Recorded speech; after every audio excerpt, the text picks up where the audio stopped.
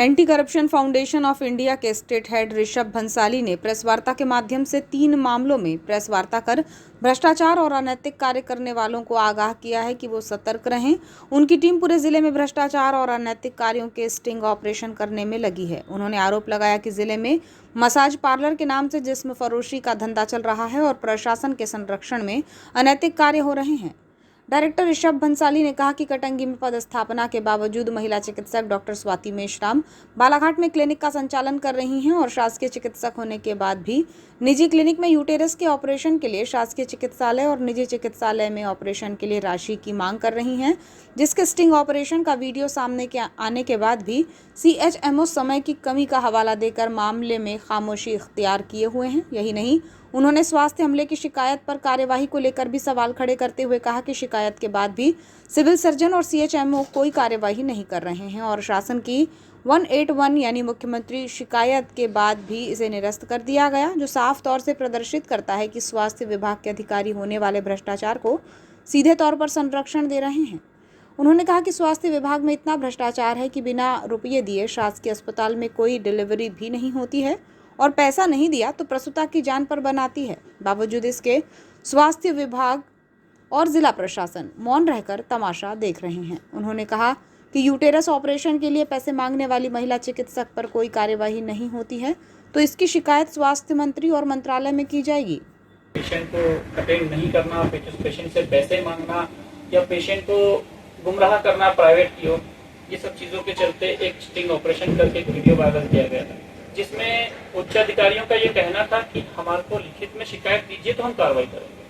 तो उसके बाबत हमने एक 181 की शिकायत की थी, तो 181 की शिकायत को उच्च अधिकारियों द्वारा निरस्त करके खारिज कर दिया गया कि इसमें कुछ कार्रवाई नहीं हो सकती। तो जब आप ये स्टेटमेंट देते हैं कि हमने लिखित में शिकायत दीजिए और हम कार्रवाई करेंगे, तो मेरा मात्र सवाल ये कि आज तक उस पर कार्रवाई क्यों नहीं? पिछली 4 तारीख को 181 लगी है, आज 23 तारीख हो रही है, 20 दिन में उस पर कार्रवाई क्यों नहीं और उसको निरस्त क्यों किया गया? उच्च अधिकारियों द्वारा, L1 अधिकारी द्वारा उसको निरस्त किया गया।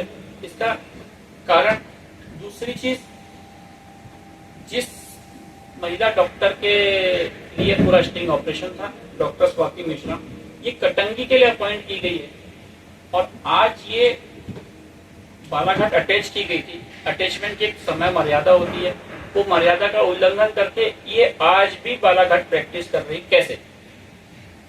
या तो ये पूरा सिस्टम सबकी जानकारी में है और उनके संरक्षण में सब चीजें चल रही है।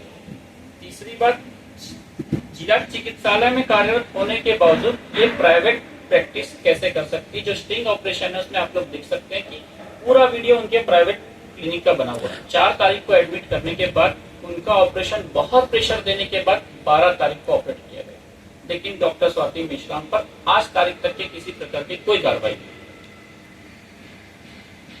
सीएमएचओ साहब से मेरी पर्सनल बात हुई है, उन्होंने समय के अभाव का हवाला देते हुए चीजों को हवा कर दिया। अच्छा, इसके परिजनों ने लिखित शिकायत की थी? लिखित शिकायत है, लिखित शिकायत मेरे पास भी है और सीएस साहब के पास भी गई।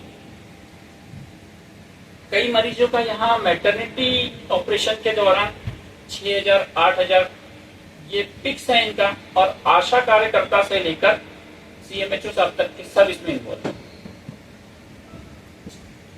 जब मैटरनिटी के लिए कोई पेशेंट आता है तो कहीं बोले प्राइवेट में आप जाइए, अगर हम सरकारी में करेंगे तो 6,000 लगेंगे, 8,000 लगेंगे, 10,000 लगेंगे, ये फिक्स रेट है इनके। अगर कोई पेशेंट पैसे देने से मना करता है तो उसको ट्रीट ऐसा किया जाता है कि कई पेशेंट आज की तारीख में दुनिया में नहीं है, लेकिन सब शासन के संज्ञान में होने के बावजूद इस पे आज तक किसी प्रकार की कोई कार्रवाई नहीं की गई। क्यों इन डॉक्टरों को बचाया जा रहा है? क्यों इन डॉक्टरों को संरक्षित किया जा रहा है? क्या है इसके पीछे का कारण?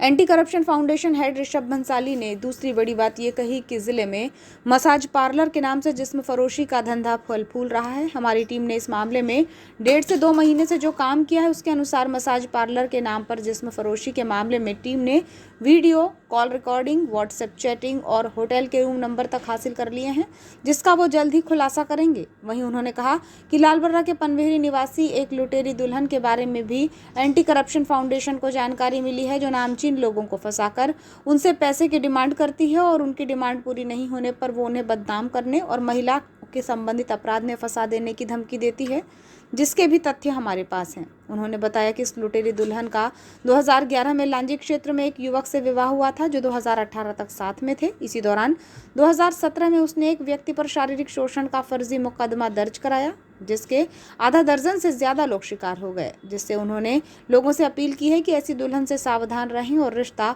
पूरी जांच परख के बाद ही करें। 1.5 से 2 महीने से काम करते हमारी टीम को बालाघाट शहर में मसाज पार्लर के नाम पर जिसमें पड़ोसी का धंधा चल रहा है, इसके कई वीडियो, कई कॉल रिकॉर्डिंग, कई व्हाट्सएप चैटिंग, कई जगह के footage in out room number hotel के नाम के साथ संज्ञान में। मैं अभी इस विषय में बहुत ज़्यादा डिस्क्लोज इसलिए नहीं करना चाहता कि किसी की मान मर्यादा को हम भी समझते हैं, बस लेकिन अनुरोध यही है कि आप लोग ये सब चीज़ों को बंद कर दें, क्योंकि हमारी टीम लगातार काम कर रही है और आने वाले 8 से 10 दिन में फिर एक प्रेस कॉन्फ्रेंस करेंगे और उसके माध्यम से ये जो चीज़ें हैं इसको खुलासा किया जाए। एक हमारे बालाघाट शहर में लुटेरी दुल्हन का मामला संज्ञान में आया। लालबर्रा बाड़ी पनवेहरी की रहने वाली बालाघाट शहर में कई नामचीन लोगों को लाखों का चूना लगाना, एक शादी के बाद दूसरी शादी के तलाक के पहले तीसरे से व्यक्तिगत संबंध, 376 का मामला कायम करवाना, एक व्यक्ति के ऊपर में 2 मामले कायम करना, 125 की धारा लगाकर भरण पोषण की मांग करना, 398 लगाकर लोगों को धमकाना या शासन के ऊपर दबाव बनाना और उनके सिर्फ और सिर्फ शहर में प्रतिष्ठित होने का गलत फायदा उठाकर राशि वसूल करना। तो मैं उनका भी नाम इसलिए नहीं लेना चाहूँगा कि कहीं ना कहीं मर्यादा है, लेकिन उसके पूरे व्हाट्सएप चैट, कॉल रिकॉर्डिंग और सबूत मेरे पास में इसमें दर्ज है और समय पे ये सब चीज़ें शासन प्रशासन को दी जाएगी। एक सवाल के जवाब में उन्होंने कहा कि ऐसे काम बिना किसी संरक्षण के संभव नहीं है। निश्चित ही जिले में भ्रष्टाचार और अनैतिक कार्यों में प्रशासन का संरक्षण है, जिस पर ध्यान दिए जाने की जरूरत है। उन्होंने कहा कि एंटी करप्शन की टीम हर जगह नजर बनाए हुए हैं, वो किसी भी रूप में अपने काम को अंजाम दे रही है और अनैतिक गतिविधियों पर निगाहें बनाए हुए हैं। जल्द ही हम और कुछ मामलों का खुलासा मीडिया के सामने करेंगे।